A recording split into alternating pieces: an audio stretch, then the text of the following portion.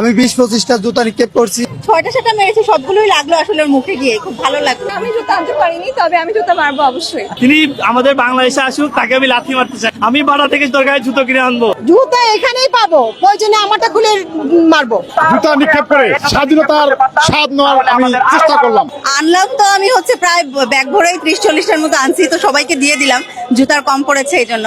আর যতগুলো মানে মারতে পারলাম 6টা-7টা সবগুলোই লাগাতে পারছে একদম মুখে, এটাই মজা লাগছে। আর যত দেরি হয় তত বেশি বিচার পাওয়ার সম্ভাবনাও কমে যায়। আমরা চাচ্ছি যত দ্রুত সম্ভব তাকে দেশে আনা হোক। সে দেশে আসবে কি চট করে ঢুকে পড়বে এরকম না ব্যাপারটা, তাকে দেশে এনে বিচার করা হোক। যারা এই রাজত্ব বিস্তার করার চেষ্টা করবে তাদের মাথায় রাখা উচিত, একসময় সিংহাসনে বসলে এবং বসে যদি নির্যাতন করা হয় তাহলে একসময় জুতার বাড়ি খেতেই হয়। হয়তো মানুষের ইচ্ছা ছিল আগে থেকে, তারা সুযোগ পায়নি। আজকে যেহেতু বিশেষ দিন, তার জন্মদিন, তার সেলিব্রেশনটা এইভাবে হবে। সে যে কাজ করেছে তার পরিপ্রেক্ষিতেই কিন্তু এরকম একটা আয়োজন করা হয়েছে। না, যদি মানুষ থেকে খারাপ ভাবে দেখতো তাহলে হয়তো এত মানুষের জমায়েত হতো না।